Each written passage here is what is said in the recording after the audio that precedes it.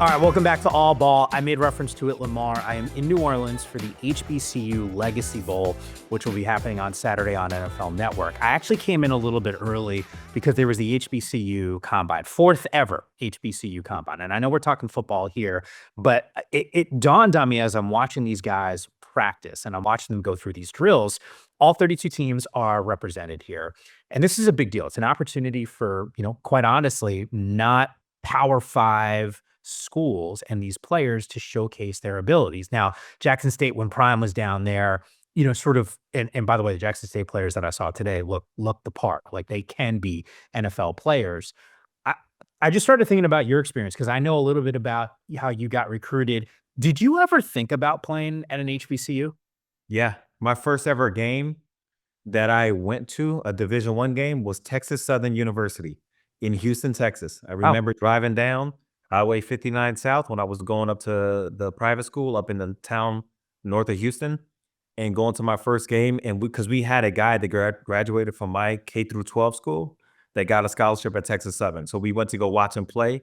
And it was one of the most fun experiences I've ever had. And I looked up to those guys like they were NBA players. I remember one of the players on the team, the main guy, his name was Kevin Granger, and I don't know if he still is right now. I didn't check this before we got on right now, but I know recently he was the athletic director there at the school, and he was a Wow. phenomenal basketball player. So, he was able to kind of tie in there and just be a part of them long term. It was super cool. The music, like the bands that play, is enough to get you to think about going to an HBCU. So that was early in my life, middle school. For me, as I became a better basketball player and a higher level recruited player, I had a chance to go just play a higher level of basketball. Not to say that there's not high levels at those HBCUs. Like you're saying, you saw the Jackson State guys, they looked apart. And that is the case. They don't get the same opportunities. They don't get the same resources. They're not on TV the same way. You Oh, said that this is the fourth year that you guys have had this? yes. Yeah. Exactly. So all this attention that now people nationally are seeing for the HBCUs, that didn't used to be the case. So as a kid growing up, why would you want to go play there if you have these dreams of playing at higher levels and all of the knowledge that you have is telling you, well, you got to go play at one of the Power Five schools or Power Conference schools in order to go and accomplish your dreams, not only athletically, but professionally outside of sports. Like for me, I want to be on TV.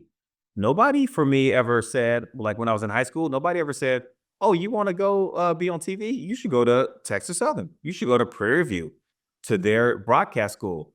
It was no, "Oh, Northwestern in Illinois is recruiting you. Oh, you got to go there if you want to be in TV." It was that kind of stuff. So I have I wouldn't I don't know if I'd say a fond place in my heart for HBCUs because there's definitely a lot of people who have been pioneering them for a long time and have been kind of trying to sound the alarm on like, hey, they need more coverage. Hey, there's some real talent there. So I wouldn't act like I've always known all the different ones and what they have to offer, but I have always had a high level of respect for them just based on my experiences that I got a chance to go. And as I got older and learned more about them, seeing like they got some real players at a lot of these schools, which is the case at a lot of places. You go to D2s, you go to NAIA schools, you go to JUCOs, there's players everywhere. Yeah, that brings up another conversation that you will rarely hear what I would consider uh, high level basketball players talk down on lower level players. So I know it's kind of funny coming off of this after we just talked about the Draymond Green thing and the Rising Stars thing. But Sure. even with that, Draymond wasn't talking down on those guys saying they can't play. It's Not just at there's a all. difference between all star and this. But you'll rarely hear an NBA player like truly talking down on an overseas player. You Oh, rarely hear a Division I player talking down on a D2 player, NAIA player. It happens, but when you look at the numbers, it is rare because there's a level of respect where everybody knows, like, man, I went to high school with two or three people that could have played my position in college, but they didn't have the grades or they got in trouble or there's all this other stuff. But high level basketball players, they know it comes in all shapes and forms and sizes. So A lot of respect for the HBCUs. Yeah, I would echo that same sentiment, and not just on the basketball side. I think there is a fraternity among professional athletes, right? Whether or not you're playing overseas or here in the States, where they understand the dedication and the hard work and that journey to get to that point. I'd say the same thing from a college perspective, right? Like we all understand, hey, there's certain levels and the talent pool is going to be significantly better depending on the level of play. But the only pushback on even on that statement is what we're now seeing because of the transfer portal, because Uh-huh. of NIL. I can't help but think that maybe some of these conversations are going to shift. I mean, look, from a HBCU perspective, right? Like Eddie George being back there coaching, like that's meaningful. I talked about prime. And I think the same thing could be said from a basketball standpoint, right? Like where you're seeing this talent maybe even disperse. And I'm wondering from like a Pac-12 perspective or, WCC, like we're watching teams like Oregon State or Washington State, theoretically, and I'm using air quotes here because I don't want to be disrespectful and fall into the same trap that I think fans do, which is, hey, it's a lower level, right? Like Gonzaga's been playing there. St. Mary's has had a ton of success. Mark Few has pointed that out, even following that loss that you and I covered in depth when Oregon State beat them in Corvallis a while ago. They're like, it's not a layup. Like, you can make an argument. Some of those teams have had more success against higher level competition. We've seen it on the football side. I'm just wondering, like, the offshoot that you see happening on the college basketball front. We can keep it Beavs or Cougs related, but is there a fallout that you're seeing because of maybe a dispersing of some of that talent? Well, one thing that I've heard is like some of these colleges are concerned kind of when their players play so well because some of the bigger schools are now able to go grab their players, which is what some of these smaller D1s were able to do to some of the lower level schools or maybe an HBCU who doesn't have as much attention, resources, etc.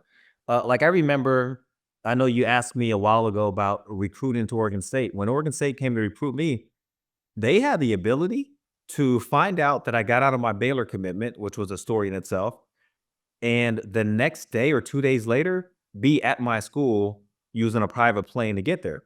That's not something generally that HBCUs have had the ability to go and do. So some schools have just been able to move at a different pace, at a different rate, and with a different level of power, which is the case that Oregon State, Washington State used to have over some of these schools. And to an extent, now joining the WCC in basketball, they still are in a very good spot when you look at the resources of things. But it is the landscape. The landscape has changed where I would say superficial recruiting does not work the same way maybe as it used to work. So like when I used to just be able to kind of do the shiny thing and show you here's the shiny thing over here and you come and go get that. It doesn't seem to have the same effect as it used to have. So now it's like, well, no, who can pay me? I don't care who got the shiny thing over or who do I feel truly is going to make me a one and done player in college in the men's basketball ranks. And so there's these other things that people look forward to, and it has like really leveled the playing field, which makes for better games. Like I Yeah. don't know about you, but I like games where what used to be the power conference school is playing the lower level conference school. I like the fact that I can watch one of those games now and not know who's going to win. Or at least if I know who's going to win, it's a tight game in the second half. Whereas those games used to be these blowouts more times than not, a lot way, like 90% of the time. Sure, sure. But I like the competitive landscape that is created in the actual games when I tune in and watch a game. All right, Lamar, I made reference to it going down memory lane. And I know for you, all of us, right? Like, maybe many of us, we have these fond memories of our time in college. And yet for you, in Corvallis, reunion weekend for a lot of folks that you're really close to as well. What's it like to kind of hear some of those stories, getting swapped, the text messages that I'm sure are getting fired into your phone? Yeah, I'm just glad that the school does that kind of thing. The Oregon State men's basketball program, they had guys come back. It was an alumni weekend, spearheaded, or I should say, uh, one of the biggest faces that was there, if not the biggest face, was AC Green. He's been a great alumni, and I wasn't able to make it for a few reasons, but I don't care about it for me. I'm glad for those guys that get to go and be a part of it. Like there's when you talk to a lot of alumni, like former basketball players, former athletes, they'll tell you the biggest thing they miss is that camaraderie, that feeling of being in the locker room, being with your teammates, that kind of thing. And I have the fortunate ability to be able to plug in with the school all throughout the year on different things at different times, and they've been really good to me, and I've always appreciated them. But not everybody has had that same opportunity. So when they have these kind of weekends, it allows everybody to go down there, see old teammates, watch a game, Sure. enjoy just the changes, because the campus changes like every few years. There's all this stuff that has been expanding, and a lot of these guys now, they have families, so they're able to show their spouses or their girlfriends or their children, hey, here's where I used to walk and here's where I used to go. So I'm glad they get to do that kind of thing. It's really cool. And I know Oregon State has wanted to be a lot better about that over the last several years. And so it was a big weekend, and they got a win against Pacific. So it's a good game all Yeah. around. Good weekend.